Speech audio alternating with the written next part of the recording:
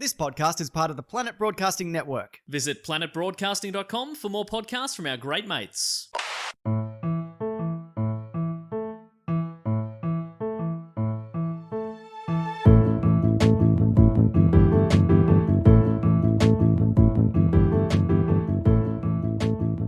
Welcome to Do Go On. I'm your host, Matt Stewart. This is a show where we tell you stuff about things, and we've got a bloody cracking episode coming up today. It was recorded live in Leeds at the Wardrobe, a fantastic venue there in the north of England, and we had a great time. Looking forward to you getting to hear it, and I'll be checking back in with you at the end of the episode to give you some more facts, some quotes, some questions, and shouting out to a few patrons, that sort of stuff. But in the meantime, enjoy Do Go On live in Leeds. Good evening, ladies and gentlemen.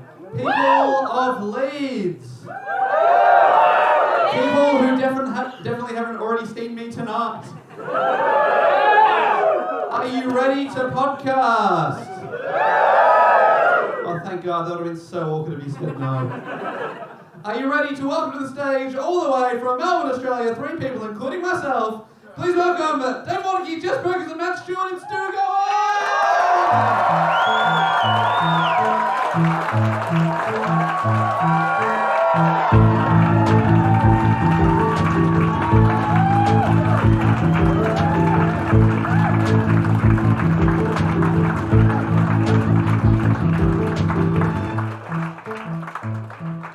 Good evening, ladies and gentlemen. Leeds, how you doing tonight? Oh, that's what I'm talking about. Thank you so much for coming out and joining us for another episode of Do Go On. My name is Dave Warnicky, and I'm standing here with Jess Perkins and Matt Stewart.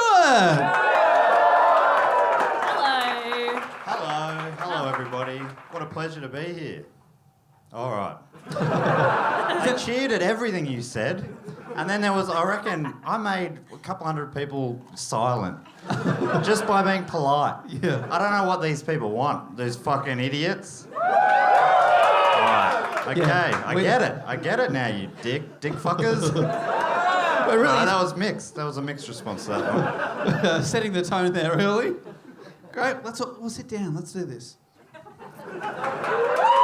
Thank you. Thank you so Now we're just like you. Seated. Dave, normally to kick it off, you explain the show a little bit. Have you seen the show before, sir? No. No.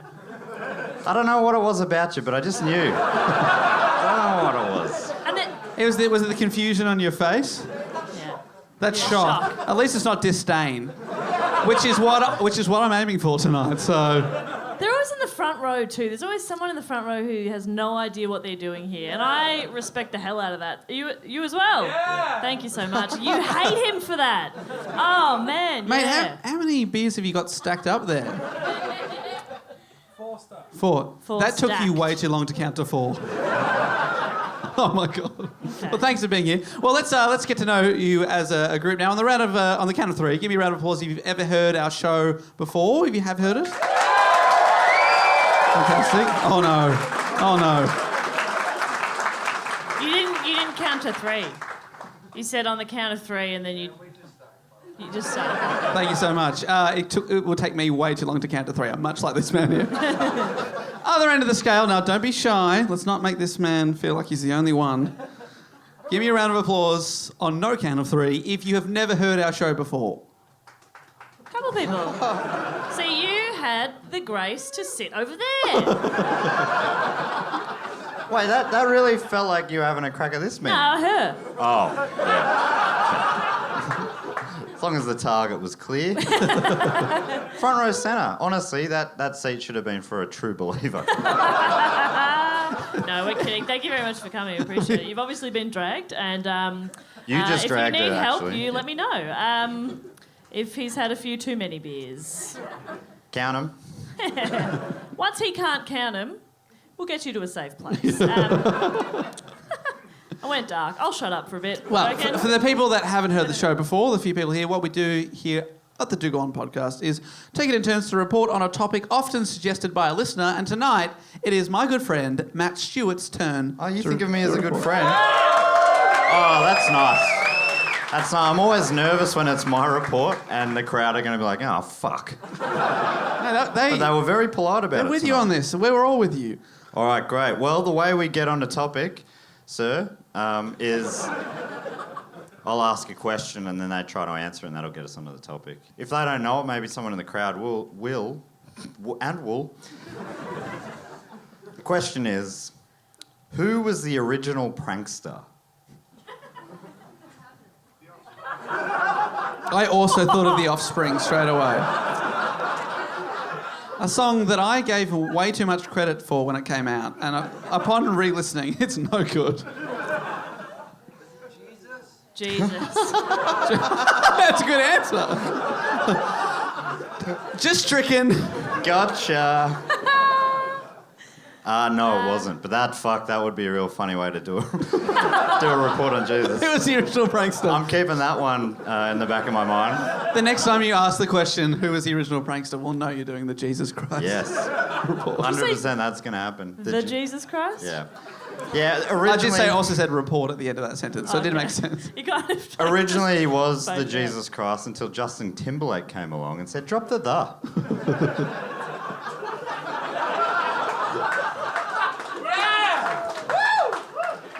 So, you getting that? Social network? Anyway. When you explain it, you know it's a good call. That is pretty funny if you get it. And I did not. I'm confident you probably don't know this name because I've never heard of it before. Does anyone have any guesses in here? Is it a Roman guy? Yeah, look, to be honest, it's not... He wouldn't be the original. It's from, like, the late 1800s, but... Someone probably pranked pre him, but... Not Prince Andrew. I don't know what you think pranks are. But I'd call what he's done a little more than a prank. Allegedly. That is important. If this one goes public, then that covers you legally. I'm feeling a little bit stressed up here, and fortunately I'm not able to sweat, so you can't see that. I was in the Falklands War. Cool as a cucumber, never sweat, never sweat. It was not Prince Andrew, but it was in fact a man named Horace de Vere Cole. This is Cole, is my guess. You always get it. That was it, yeah. Well was it? done. Yeah. Can you say the name again? What is it? Horace de Vere Cole. Is that close enough? Close enough, yeah. What did I miss? You added a V. Did I? Anyway, it was suggested by Callum MacDonald and Alistair McGregor. A couple of Maccas. All right, here we go. Horace de Vere Cole. All right, so now I'm going to start telling them about something. He probably would have picked that up, but I don't want to leave any man behind. Or woman. Wait, I'm confused by the heckle, but I liked it all the same.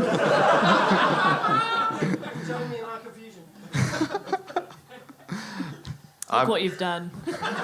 I've given him confidence, Yeah. and It's the worst thing a heckler can have. Horace de Vere Cole was born on the 5th of May, 1881 in County Cork. Very good year. Oh, thank you. A very good one, okay. 1881, a very good year. Fantastic year. Mwah. So he was born in County Cork, Ireland. His parents were William Utting Cole, a British Army officer, and Mary de Vere. Utting. Utting. I love that. His father, William, the Utting one, died of cholera in India when Cole was but a boy. But a boy, yeah. Atta boy. It was a little phase he went through. He thought he'd be a superhero, but grew out of it. Cole's family was full of movers and shakers. His mum was from the De Vere family, or De Vere, depending on how it's actually pronounced, that once held the now dormant title of Earl of Oxford for centuries. They held it for centuries, yeah. And now it's dormant. Will it erupt one day? Or... You never know. His dad's dad got rich in the quinine game. pronounced quinoa. Quidditch. Quinoa. Apparently it's the flavour of tonic water and maybe a malaria medication, maybe. Yeah, okay. There's a scientist in, so that's handy. I just really like gin and tonics. Okay, and what is the word? Quinine. Quinine. It actually doesn't come up again, but thank you. That's for my own, Just in case. personal knowledge. Good to know. It also glows under UV. It glows also- under UV. That's why. Don't we all? That wasn't me, that was him.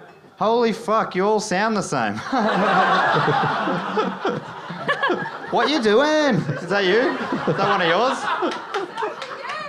Oh. I'm so sorry for you guys. You sound like me. Sucked in. His sister Annie would go on to marry future British Prime Minister Neville Chamberlain.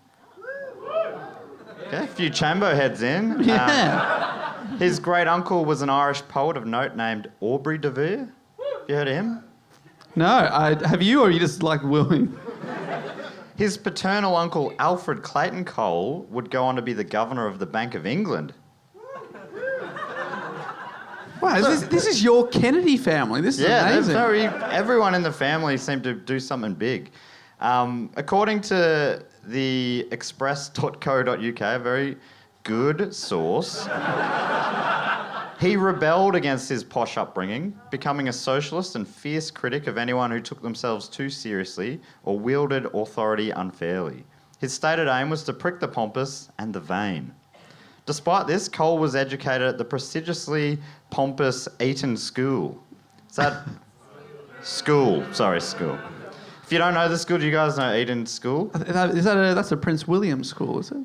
Yeah, apparently it's famous for having produced 20 British PMs, including Pitt the Elder, who is I would call the best ever British PM, and also the second best ever Prime Minister, Boris Johnson. Yeah, how do you feel about him here?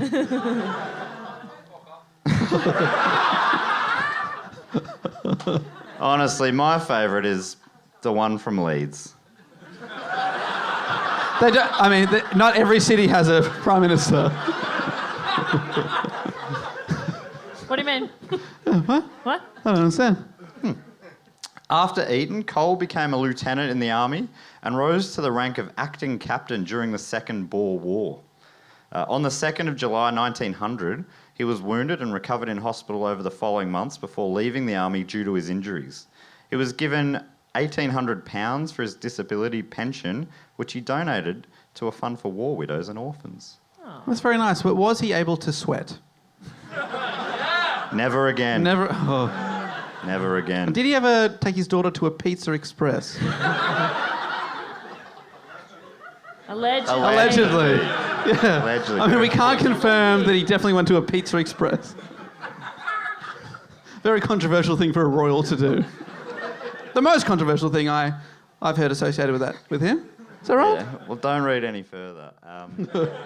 In 1902, Cole went to Trinity College at Cambridge. This was the setting for his first great hoax, or prank. I totally forgot we were talking about pranks. Yeah. I was like, when does this guy get interesting? Here we go. Cole read in a newspaper that the Sultan of Zanzibar was visiting England, so along with his chum, which I assume is what he calls his mates, Adrian Stephen, they hatched a plan to fool the town. Oh. To set it up, they sent a telegram to the mayor saying, quote, "The Sultan of Zanzibar will arrive today at Cambridge at 4:27 for a short visit. Could you arrange to show him buildings of interest and send carriage?" And sorry, he was turning up at 4:20. I knew you couldn't let that go. You can't get there 2 minutes earlier or just wait 3 minutes. I don't know if he can control the trains, man. You're the Sultan of Zanzibar. Yeah, he can control the train. You can control a train. I think something's been lost in translation here. He's pretending to be the Sultan of Zanzibar. What? So the groundwork was done, and Cole and Stephen got dressed up in the most Zanzibarian garb they could find. Getting robes and turbans from a theatre costume guy named Willie Clarkson. Apparently was one of the best in the biz. Of course. To complete their look, they wore what one article called heavy makeup, which is code. What, for theatre makeup, or what's What's that code for? Yeah, Dave, yeah. Theatre makeup. Yeah. Yeah. Nothing wrong with that, Quite right? a dark shade of Yeah. theatre Just a makeup. foundation that doesn't exactly match your skin tone by Right. a lot of shades. Yeah, blackface. Blackface, yeah. Yeah. Oh. Stephen dressed as the Sultan while Cole posed as his translator. Oh, no. When they arrived, according to the New York Times, the Cambridge town clerk met their train at the station and escorted the royal party with full pomp to the Guildhall, where the mayor gave them a formal reception. They didn't think it was weird that the royal party was 2 dudes. They thought the Sultan would just travel with one friend. Yeah, surely he would have brought Turtle and E and the rest of the gang. I read somewhere that they brought a few friends along, but Yeah, right, okay. I like to picture it just the two of them. Yeah. They then spent the day receiving a guided tour of the university, including their own college. There's pictures of them on the wall, and they're like, just leaning strategically. During the tour, they were seen by friends, but somehow were not recognised. Wow, the blackface was dark. Blackface doesn't... It looks like white people... It doesn't look like black... it doesn't... Yeah. It's not convincing. You said this guy was the best in the biz. He transformed them. It actually worked. Like, people were convinced that it was the Sultan of Zanzibar. Anyway. It is hard to believe that they wouldn't just be so over the top that it's like, this isn't real. Apparently the English are pretty gullible. Down south.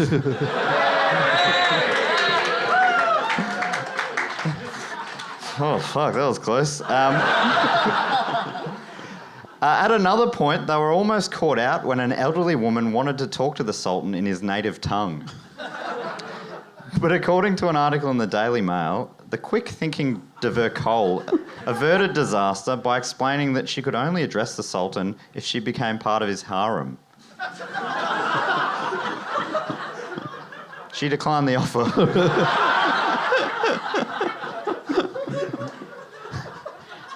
Probably a good call on her part, yeah. Soon after, with less than an hour after arriving, they asked to be returned to the train station. As all royals travel. So at 5:27 they were back. Sorry. So dumb. It was less than an hour. It could have been 5:22, 5:21. It could have been any of those numbers. 5:20 would have been great. Nah. But they didn't want to commit to the bit and catch the next train to London, so they ran out a side exit, jumped in a cab and went to a friend's place to get out of their costumes and returned to school before the 10 p.m. curfew. Nerds. The hoax received media attention in the following days after Cole gave an interview to the Daily Mail. He's like, yeah, I sucked him in. The St. James Gazette called the joke a most audacious practical joke. Feeling embarrassed, after the mayor sort of like in all these photos with him and showing him around and stuff, the mayor was pretty embarrassed by it. He wanted the pranksters to be punished and thrown out of the school, but the Vice-Chancellor was able to convince him that it would only lead to more negative attention and embarrassment. The mayor didn't take any further action, meaning the guys basically got away with it scot-free. Was it actually the Vice-Chancellor, or was it just someone dressed up as him? No, I don't think we should be punishing them. So that's one of his better-known pranks, one of his first big ones, but it's only one of a very long list. Yeah! So you just got to wait long enough, and then they'll feel awkward. Yeah. And then one of them will try to get an applause going. It won't pay off, but... But they'll try. Yeah. His pranks tended to be at the expense of people he viewed as pompous, often figures of authority or other pretentious types. People Cole thought needed to be taken down a peg or two. One such prank occurred at a theatre during a performance of what Cole saw as a pretentious play. Bit of a wank fest, probably, is what he would have called it. The way the story is told varies based on the source, but the gist is that Cole gets hold of some tickets to the show. These tickets for seats in strategic locations, which he then distributes to a bunch of bald men. From the balcony, the bald heads spell out a rude word.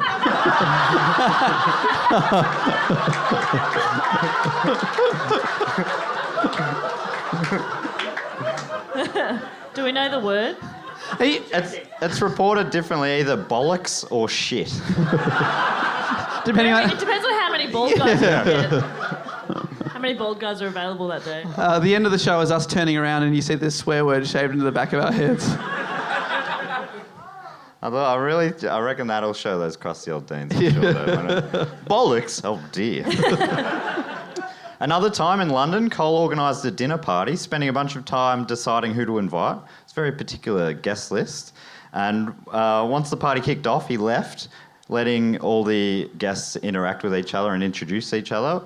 And they soon figured out that all of them had Bottom in their last name.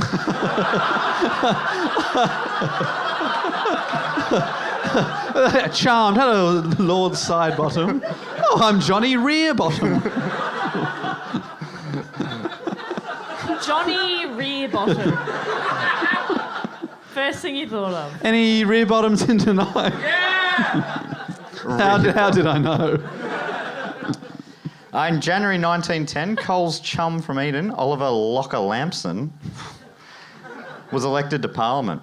Cole was with Locker Lampson when he challenged the newly elected parliamentarian to a foot race down a London street. To sweeten the deal, Cole offered the MP a 10-foot head start. Of course, being a Horace de Vere Cole story, I lost control of that. It's a hard name to say. Horace de Vere Cole story. It wasn't a simple foot race. Prior to running, Cole quietly slipped his gold watch into Locker Lampson's pocket. Then, as the two men began running, with Locker Lampson 10 feet ahead, Cole started yelling, "Stop, thief!"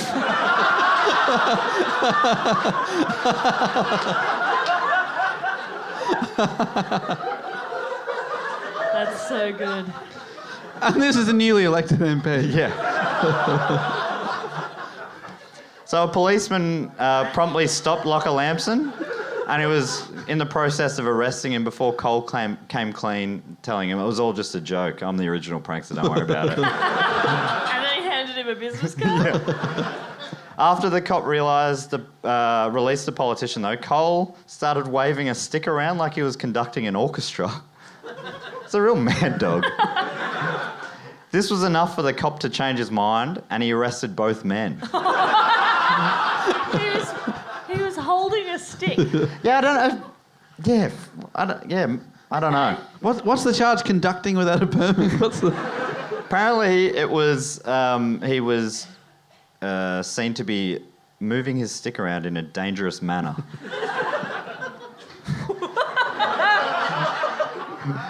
Locker Lampson was released without charge, though, while Cole was found guilty of a breach of the peace and fined £5. Ridiculous. Which in today's money is probably a little bit more than that. For 15, waving 20? a stick around. Yeah. That's so dumb. This all brings us up to his most famous prank. Oh, my whistle has been wet by these early pranks. Yeah. A couple of little hors d'oeuvres to get us ready. That same year, Cole pulled off his piece de résistance, which is French for piece of resistance. I'm pretty sure that's true. Anyone speak French? No, so we'll never know. So we'll never know the truth. I'm pretty confident. It's what is now known as the Dreadnought Hoax. As well as being an Australian heavy metal band, Dreadnought was also the name of a new class of ship in Britain's navy in the early 20th century. Britain's navy in the early 1900s was apparently the envy of the world and one of the foundations of the empire's strength. The Dreadnought built on this foundation, with the new ship being described, according to the BBC, as the most deadly fighting machine ever launched in the history of the world. Yeah, God bless. God seen, Gareth. You've not seen Gareth. Okay. And then a very tall, skinny man did this. Yeah, I'm shit scared, Gareth. You've not seen Perko. All right, I now know how the show ends tonight. Yeah. Me killing Gareth. His name's Gareth. I'm scared. Not Gareth. Release the Gareth. Yeah, okay, I hear it now. That is scary. The Britannica. Is that right? I've added The a Britannica, wow. The Britannica states the Dreadnought immediately made all preceding battleships obsolete. Wow. See you later, battleships. Yeah, it had to be one of did them they all previous get to ones. retire? Yeah. There's just one ship left in the whole world. That's kind of nice. The Dreadnought became a powerful national symbol for the British people. This is you guys. Yeah! Any dreadheads in? Its unveiling drew an enormous... I added a second "an" in for just to really underline how enormous it was. An enormous. Its unveiling drew an enormous crowd, and this power was even harnessed by advertising executives. Historian Jan Ruger has listed examples of... Jan Ruger!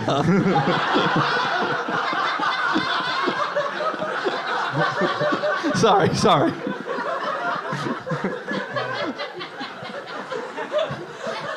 Matt missed an accent on her name, so... I forgot how much talking I was going to do. I've overestimated how many beers I can drink. So according to historian Jan Ruger, there are plenty of examples of where the Dreadnought was used by marketing types, including for OXO stock cubes, where they used the slogan, "Drink OXO and Dreadnought." That's pretty good. Is that a pun?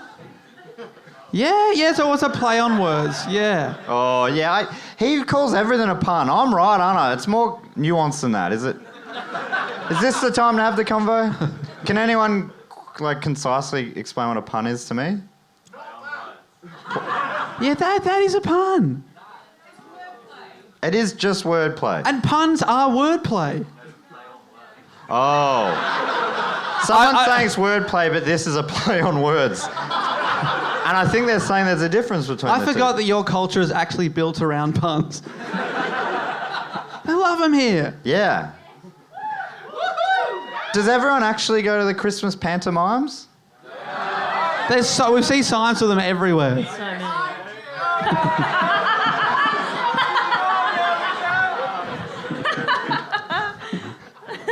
Oh, now I get it.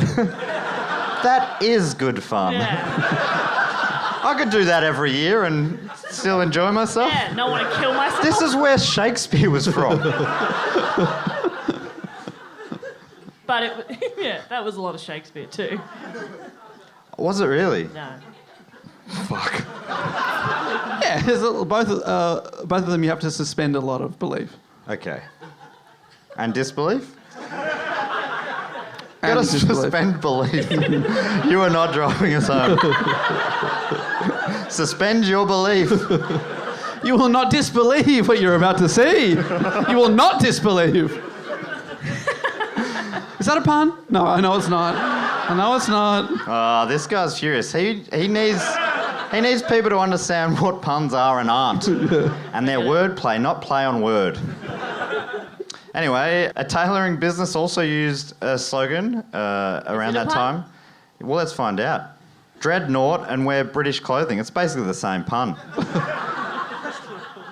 What a vague advertisement. Wear British clothing. Yeah. Any. Ours if you want it, but Oh, yeah, soft sell. I love it. Yeah. Neg 'em, neg 'em.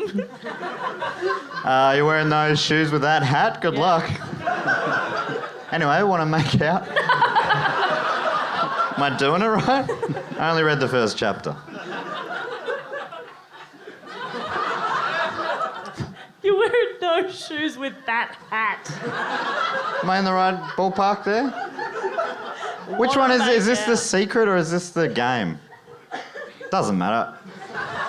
Two very good reads. The game. The game. Hey, don't hate the.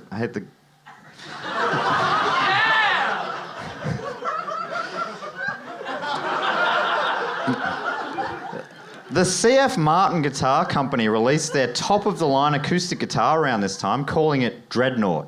Oh. After the ship.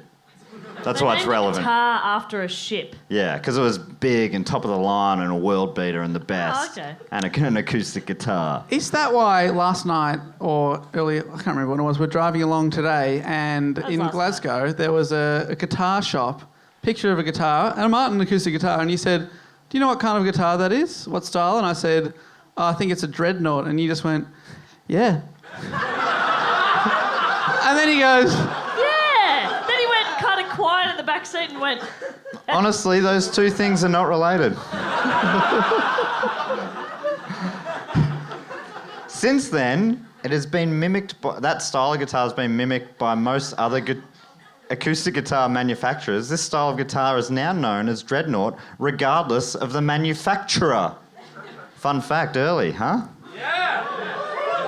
Jeez, look at them having fun out there. A smattering of applause. Yeah. Thank you so much. That back pocket of... They've got my back. Yeah. These front motherfuckers, no. Yeah. He's up to 6.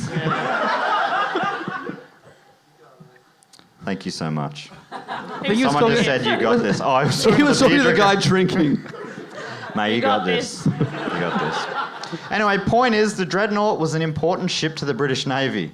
And guitars and Right, whatever. yes. And also the Completely British forgot people. again what we were talking about. Pranks! Yes. Dre- I think something's going to happen to the Dreadnought. Were you talking about the Australian metal band? Yes. Yeah, it's true. They're going to have mild success over many years. So yeah, the British people love this Dreadnought. Is anyone here old enough to remember when the Dreadnought was king? You am him. You am him, the ship. I'm going to stop asking you questions. So the British people found him very important, so much so that someone like Horace... Oh my God! What's wrong with you? Well, that's 2 of us that aren't driving home. Horace de Vere Cole might see it as needing to be taken down a peg or 2. He's going to take this ship down. Oh, no. Do you... He reckons the ship's a bit pompous. Yeah, he's going to take it down a notch, mate. This ship's got a real ego. Yeah, oh yeah, big time. Do you remember Adrian Stephen from just before? Yes, he's chum. Yes. His sister, Adrian Stephen's sister, Adriana. was Virginia Stephen, Oh, close. later to marry a man named Woolf, Oh. making her Wolfie Lady Man. Virginia Woolf. Famous for being portrayed by our Nicole in the film Hours or something. Haven't seen it, but they did. Nicole Kidman, National Treasure. Yeah! They hate Nicole. I hate Nicole. She won an Academy Award for that portrayal. Boring. She's very beige. So, there's something in her basement, you know? Beige to you is a serial killer? Yeah, what? Or do you mean she just has storage? Yeah. Beige paint. Ooh. You do She not heard fuck us. with Nicole Kidman. Do not fuck with her. Oh my God. I'm so sorry, Nicole. Nicole. Oh no, we're in Nicole's basement. We didn't know. Oh. It's like that movie that she's in where we were ghosts all along or something. Are you talking about Toni Collette in The Sixth Sense? No, what am I talking about? Oh, I cannot understand what they say. The others. Oh, the others, yes. Holy shit, it sounds like they're saying something else. All right. It sounds like they're saying the others. Oh. I fucking love your accent so much. Thanks for translating. Was that an echo? 6-year-old? It went, leads.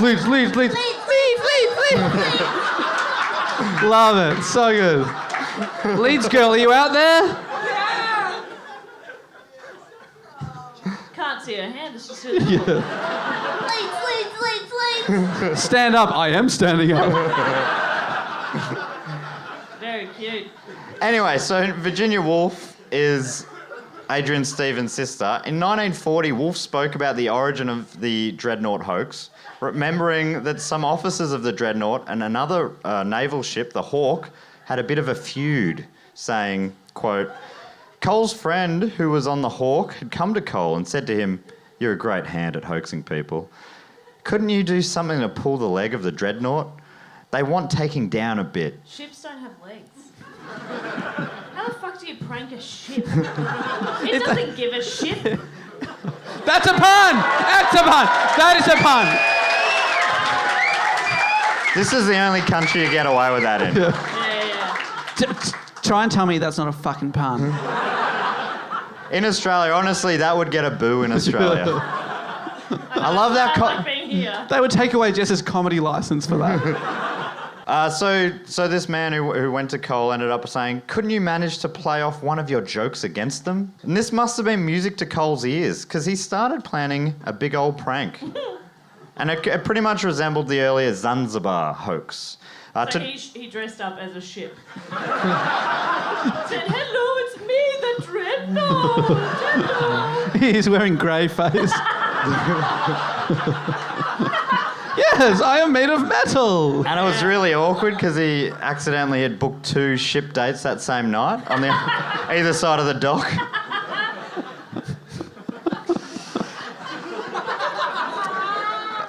To do so, he recruited a group of friends, including Adrian Stephen, Virginia Stephen, later Woolf, future barrister Guy Ridley, soldier Anthony Buston, and painter Duncan Grant. Grant, Woolf, and Stephen were all associated with the influential Bloomsbury Group. Familiar with that? Yeah, they're modernist people. Yeah. The costuming skills of Willie Clarkson were again employed. No. Turbans, fake beards, and yes, blackface. Once again used in an attempt to resemble the Abyssinian royal family. So You say Abyssinian. Abyssinian. Thank you. Apparently, the stage makeup was fragile, meaning the group couldn't eat for fear of it rubbing off. How the fuck do they eat? They... Like little cats.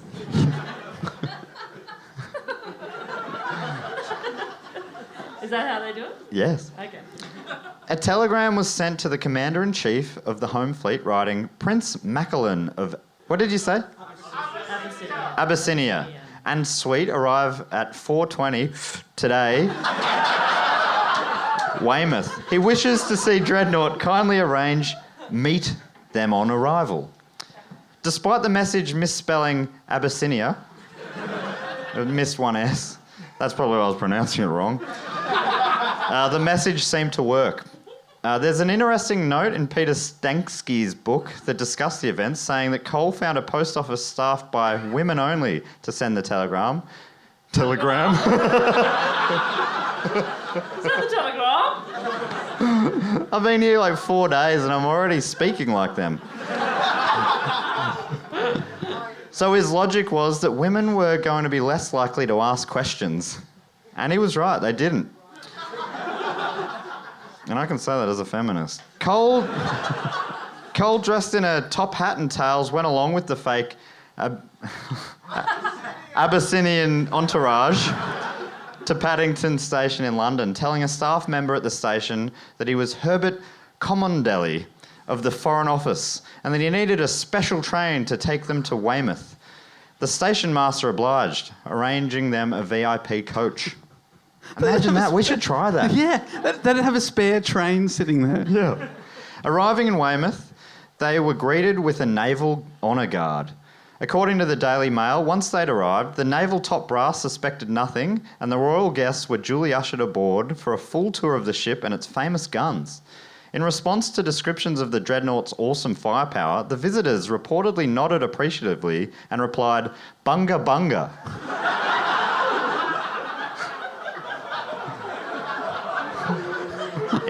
Remembering they're still in blackface. Virginia Woolf is in this Virginia Woolf in a beard and blackface is going around saying bunga bunga. She's one of your most famous writers. And also was played by our Nicole.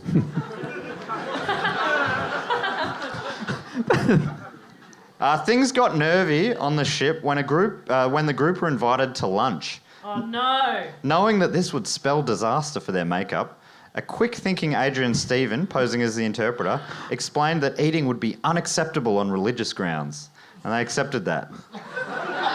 We don't eat. We don't eat. We're religious. If we eat, the chef will have to join our harem, I'm afraid. That is a rule. They also showed their appreciation to the naval officers by attempting to give them fake military honours. It was attempted. The military didn't accept them, obviously. No, thank you. No, thank you. No. Adrian and Virginia's cousin, Naval Commander Willie Fisher, was present throughout, but failed to recognise his close relatives. Their cousin was in the tour. He didn't recognise his two close cousins. That makeup, dude, is really good. Virginia was wearing a beard. So... Yeah, she was pretty well hidden. Yeah. It wasn't until later that the prank was revealed, with Cole sending a photo of the group in costume to the Daily Mirror. Looking at the photo, it is wild to think that they weren't uncovered. The prank led to much embarrassment and ridicule for the Royal Navy, and much like the Cambridge Mayor, the Navy demanded the perpetrators be arrested. But as they hadn't technically broken any laws at the time, they once got away with it, barring a symbolic arse spanking by junior Royal Navy officers. I mean, they fully got away with it, except for just a tiny little... Does your Navy still spank people? Is that a... Allegedly. Allegedly. Yes. Yeah, I was spanked so hard in the Navy, I lost the ability to sweat and... Isn't it amazing that nothing they did there was illegal? Fooling the Navy by pretending, impersonating a royal and being in blackface. All of that was above board, apparently. That was his grandest prank, probably. But throughout his life, Cole also performed much smaller pranks, including this one, as told by the Daily Mail. A regular prank was to wander the streets with a cow's udder poking through his fly. Do you just mean like a little teat or a full udder? I was picturing just a teat, but... A full udder. Oh, what's happening there? At the moment of optimum outrage, he would then produce a pair of scissors and snip off the offending protrusion.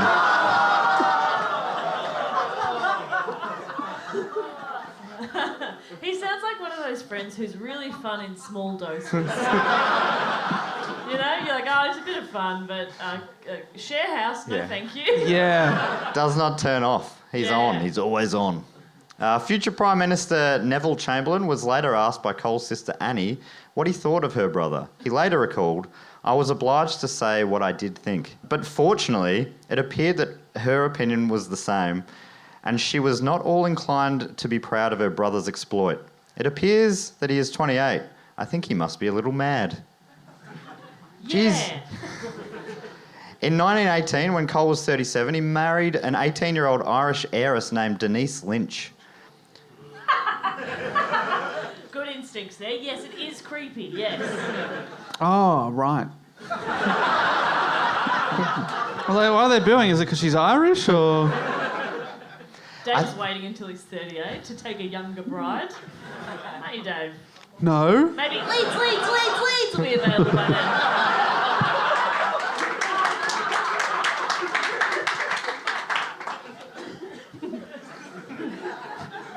Don't you paint me like that. So, would you rather I paint you in blackface? I prefer grey face, thank you very much. So they were married, 37-year-old Cole, 18-year-old Lynch, and on their honeymoon in Venice, Cole left his bride one night to perform another prank. Just going out for a prank, see you in a minute. Can I get you anything? On their honeymoon, he couldn't He couldn't hold it back. Take a fucking holiday, buddy. Yeah. You know, switch off. He's got to go drill a hole in a gondola or something. Can you imagine? This is hilarious. When the moon hits your eye. I don't know a real Italian song, so I just sang that one.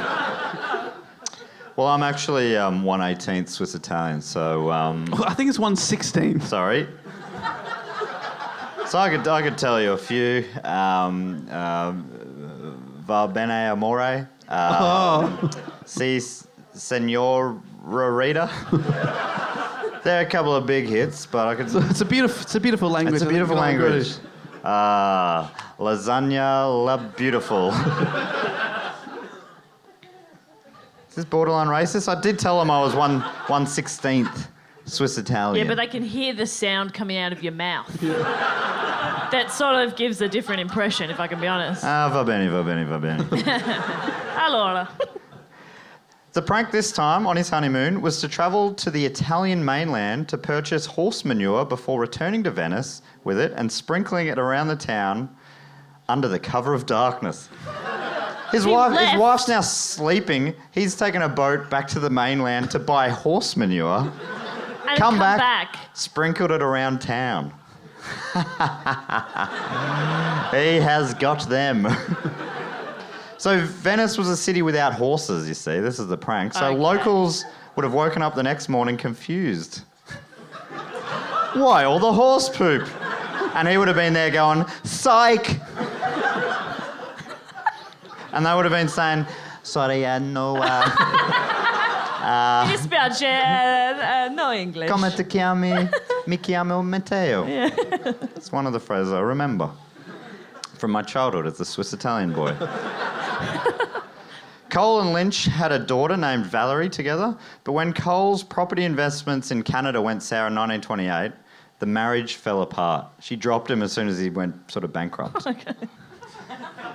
But she was rich. Kids, am I right? Yeah. Wasn't she an heiress? Yeah. So why did she need him for the money? Well, I guess, that's all he had. I don't know. Probably also he went pranking on their honeymoon. Yeah. Cole moved to France, he kind of exiled himself. He moved over to France. And at the age of 50, he married once again, this time a little older, a 23-year-old. Relatively younger, but, literally older than the 18-year-old at the time, but actually younger than her now. Yes. Her name was Mabel Wright. But as the Daily Mirror writes, and also the Daily Mail, which is more accurately what this one is called. In this marriage, the joke was on him when his second wife gave birth to a son.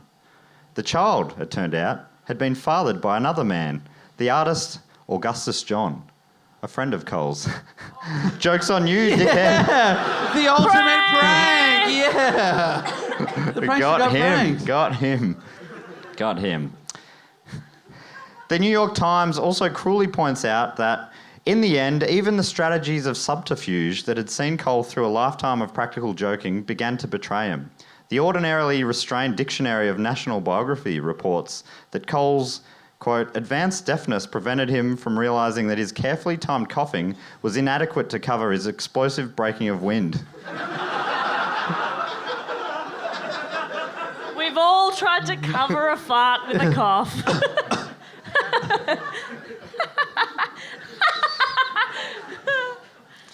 But all good things must come to an end. Aww. And in 1936, at the relatively young age of 54, Horace de Vere Cole died of a heart attack.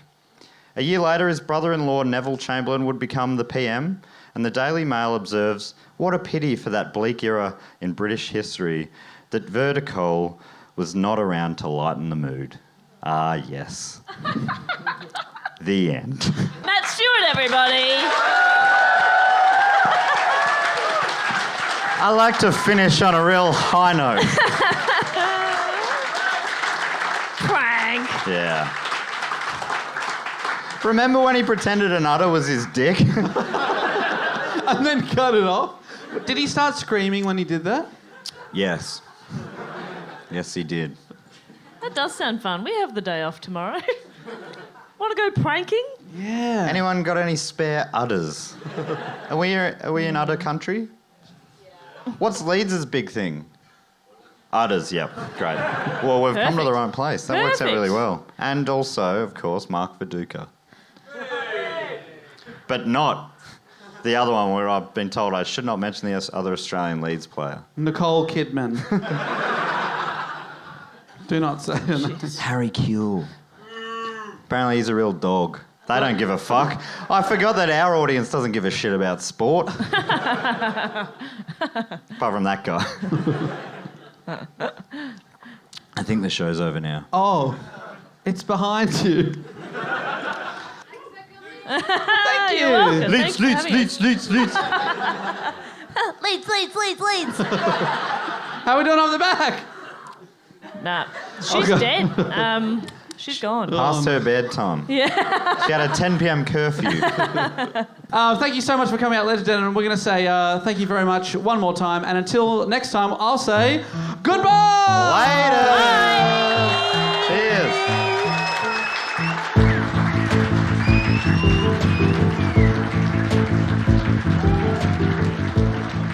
Well, what a fantastic show. Compliments to the chef there. We had a really fantastic time in Leeds, and really on the whole UK and Ireland tour, would recommend doing it yourselves if you ever do get the chance to tour a podcast across those fantastic isles. You should. You really should. But before I close out the show this week, I've got a few fun things to tell you about, including everyone's favourite segment of the show. It's the fact, quote, or question section of the show. And to get in on this action, you can go to patreon.com. Thank you. I almost forgot. Patreon.com/dogoonpod. And you can support the show there in a number of ways. Different levels get you different rewards. There's things like bonus episodes. We do 2 a month now. You can also get in on a private Facebook group where there's a lot of chat every day about different do-go-on-ish subjects and a bunch of other things, including shout-outs. But this one, if you're on the Sydney Scheinberg Deluxe Memorial Package level, you can, rest in peace, you can give me a fact, a quote, or a question. And that is exactly what the following 2 people have done. Firstly, long time fact, quote, or questioner, Kevin Ulysses Packrad. And you also get to give yourself a title. And Kevin has given himself the title of an ordinary man, except I'm actually a bagel. Whoa, you sound delicious, Kevin. And he has offered us not a fact, not a question, but a quote. And this is that quote. I don't read them until I read them. So in case I fumble, that's my excuse. Kevin the Bagel writes, this is one of my favourite quotes from the Wes Anderson film The Grand Budapest Hotel. Please read it in a fancy British accent. Okay.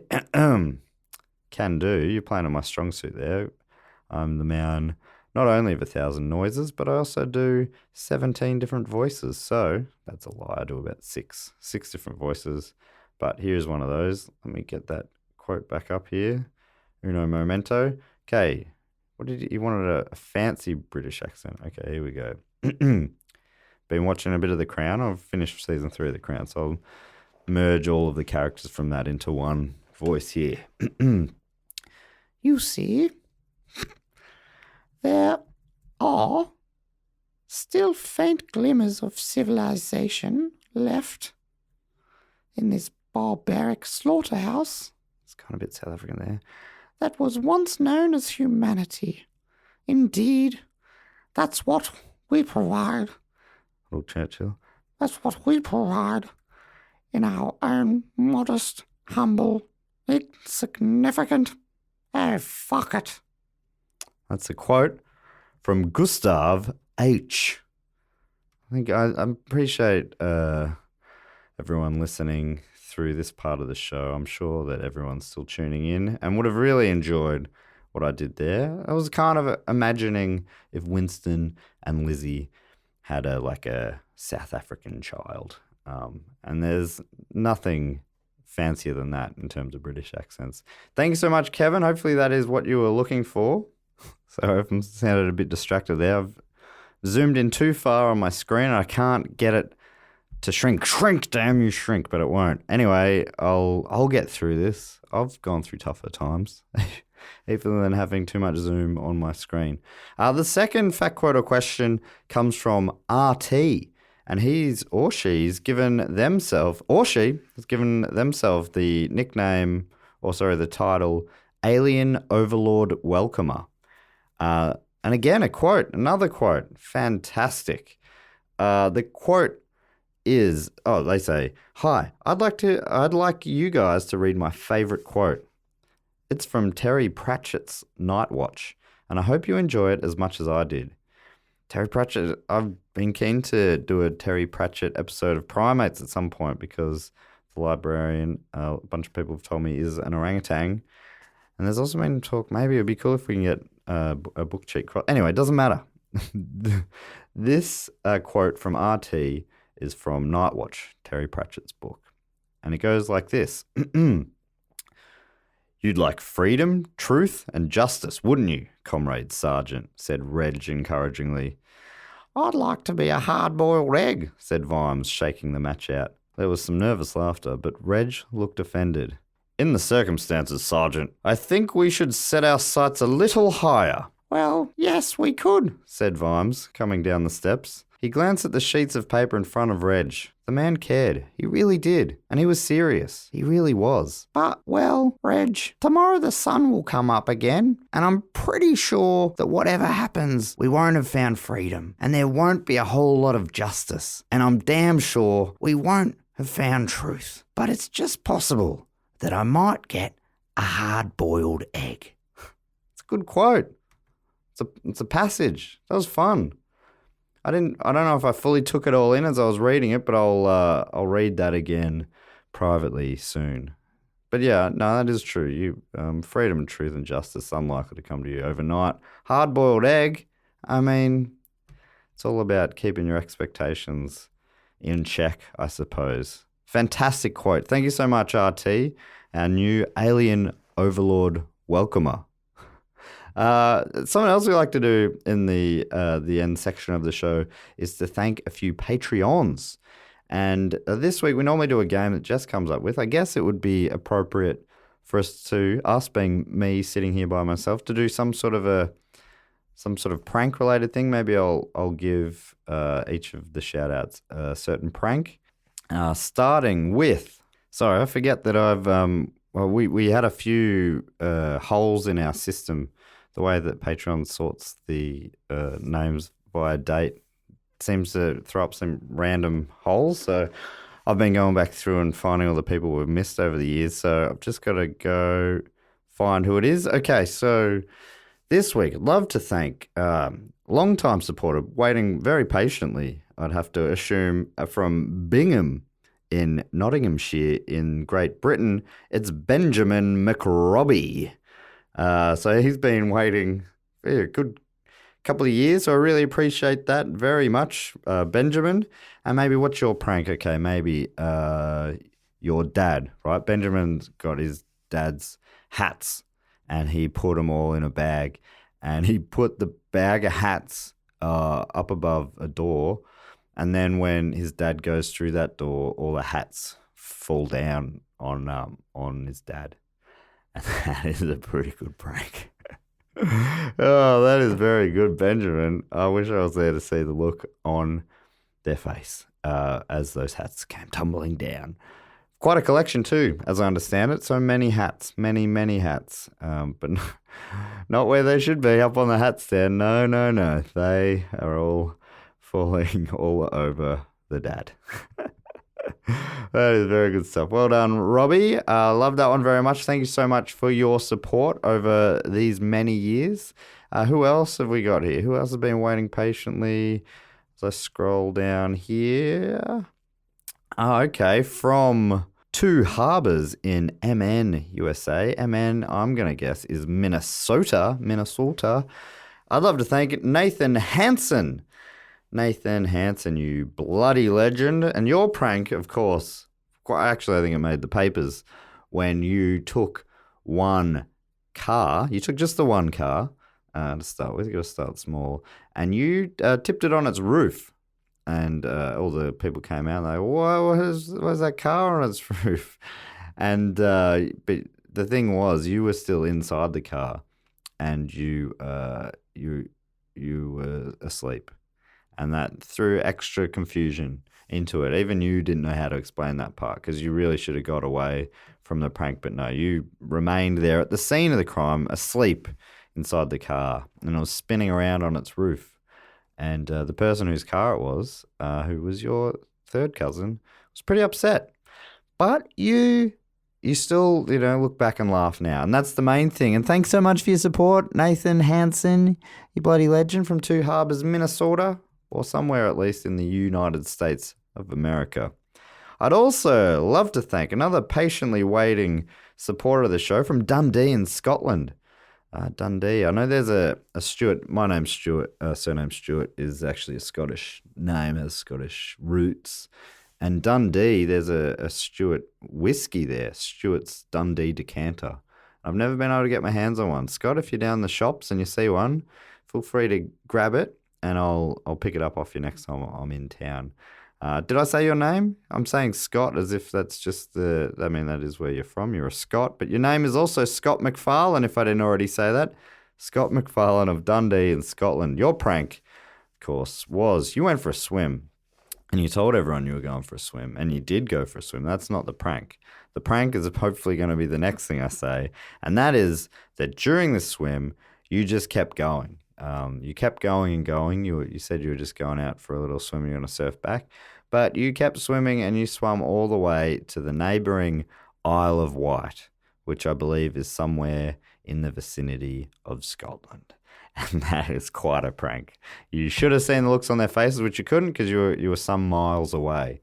Anywhere from a couple of miles up to hundreds of thousands of miles, depending on how good or bad my geography is.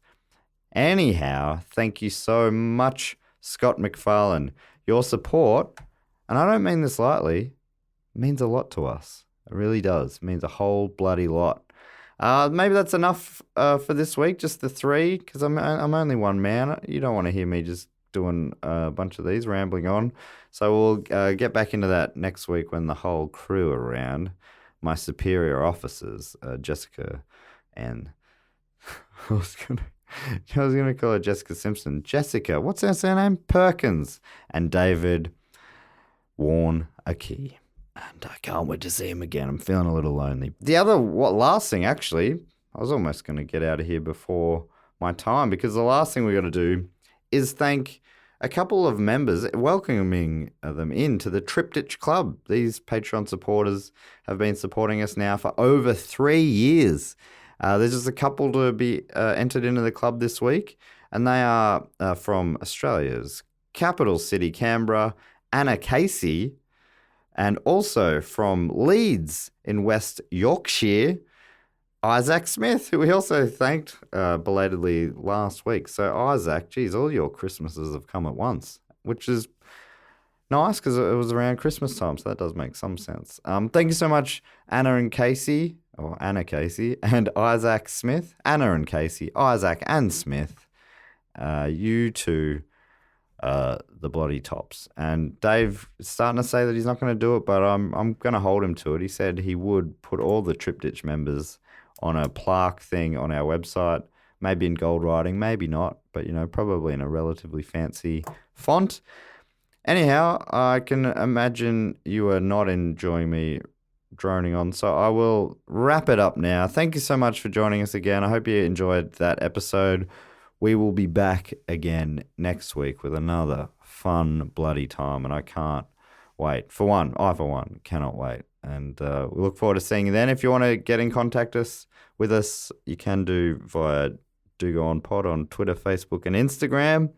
And you can also email us at dogoonpod@gmail.com. And you can also, just look out your window longingly and imagine we're there in the middle distance. Either an all of those options are viable. But until next week, I will say goodbye and laters!